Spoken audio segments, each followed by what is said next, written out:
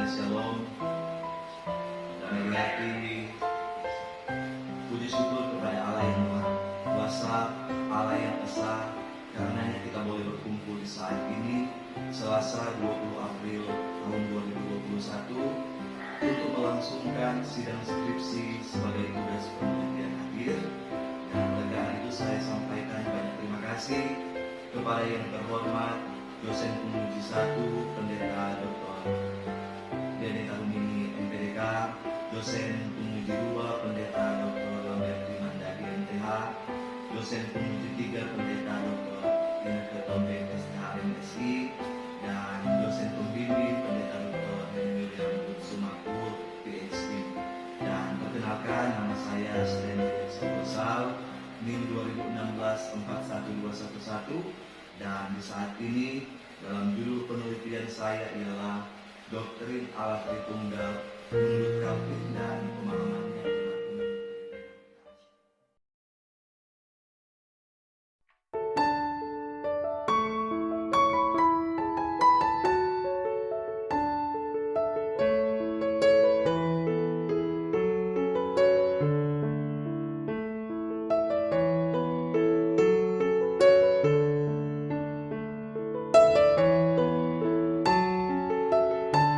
Allah Tritunggal. Sesungguhnya memang istilah Allah Tritunggal ini tidak disebutkan di dalam Alkitab untuk pengistilahannya, namun bukan berarti konsep atau ajaran dari Allah Tritunggal ini tidak ada dalam Alkitab. Kita dapat bisa melihat dalam Perjanjian Baru dan Perjanjian Lama dengan jelas mengatakan bahwa dalam Matius 28 ayat 19 dalam Amanat Agung, di situ mengatakan Allah Bapa, Allah Anak, dan Allah Roh Kudus. Dan dalam Ulangan 6 ayat 4 dalam satu keesaan. Di era revolusi 4.0 yang semakin canggih ini, kebanyakan di antara jemaat begitu banyak digoyangkan dengan begitu banyak ajaran-ajaran lewat media sosial dalam kehidupan sehari-hari. Dan kadangkala pengajaran tentang doktrin Allah Tritunggal ini sudah minim diajarkan dalam pengajaran di jemaat.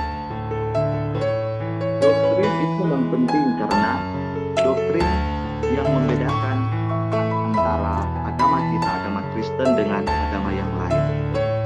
Di dalamnya bedaan antara ketika kita mau melihat tentang ajaran yang lurus dari ataupun ajaran yang sesat atau dari para bidat, itu dapat kita lihat dari doktrin-doktrin yang diajarkan. Sayangnya doktrin tentang Allah Tritunggal, khususnya dalam lokasi penelitian saya di Jemaat Pembimbing Tribunaka Asar, itu sangat minim diajarkan kepada jemaat. Sehingga ketika saya sebagai peneliti turun ke jemaat dan memberikan sebuah pertanyaan ataupun sampel yang nantinya akan diambil sebuah hasil penelitian, di situ terdapat kurangnya pengetahuan atau kurangnya pemahaman tentang doktrin Allah Tritunggal yang mereka pahami. Dan rata-rata ketika saya turun dalam penelitian, itu kebanyakan mau menggambarkan tentang atau menganalogikan tentang Allah Tritunggal itu seperti seorang ayah ketika dia di rumah sebagai seorang ayah, ketika dia sedang berkendara dia sebagai sopir, dan ketika dia di sekolah sebagai seorang guru, itu contohnya. Namun pemahaman seperti ini adalah pemahaman yang tidak alkitabiah atau pemahaman yang tidak mendasar. Karena ketika kita melihat dalam Matius 3 ayat 16 sampai 17, di situ ketika Yesus dibaptis oleh Yohanes, di situ tampak 3 sosok. Pertama, suara Allah Bapa yang mengatakan, inilah anakku yang kukasihi. Selanjutnya di situ muncul Yesus yang dibaptis, dan Roh Kudus yang dalam rupa merpati. Di sini kita dapat melihat bahwa Allah dalam ketritunggalannya itu bisa ada dalam satu tempat yang sama. Kalau kita berangkat dari analogi tentang seorang ayah di rumah ataupun seorang sopir ketika mengendara ataupun seorang guru ketika sedang mengajar di sekolah, bisa bertemu di satu tempat dan bercakap-cakap? Tentu saja tidak. Dan oleh karena itu, pemahaman tentang ataupun analogi daripada sebagian yang ketika saya sebagai peneliti turun dalam jemaat untuk meneliti dan mencari tahu pemahaman jemaat yang ada di Gemeenter Penaka Asar ternyata masih minim. Dan oleh karena itu, saya sebagai peneliti mau mengangkat topik doktrin Allah Tritunggal yang sangat menarik karena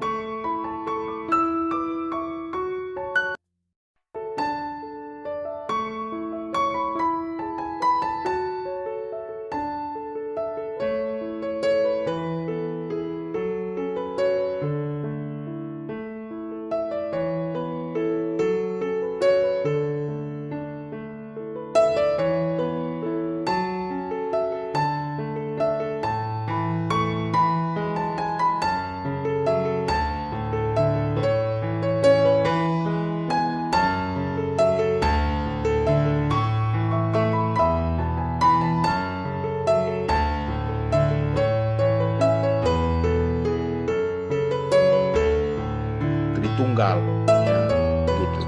Nah, kemudian terakhir, ini kan kalau menurut Anda dari pandangan secara filosofis ya berkaitan dengan Tritunggal ini sebenarnya ada apa dari secara filosofis berkaitan dengan masalah Tritunggal ini, ya, gitu.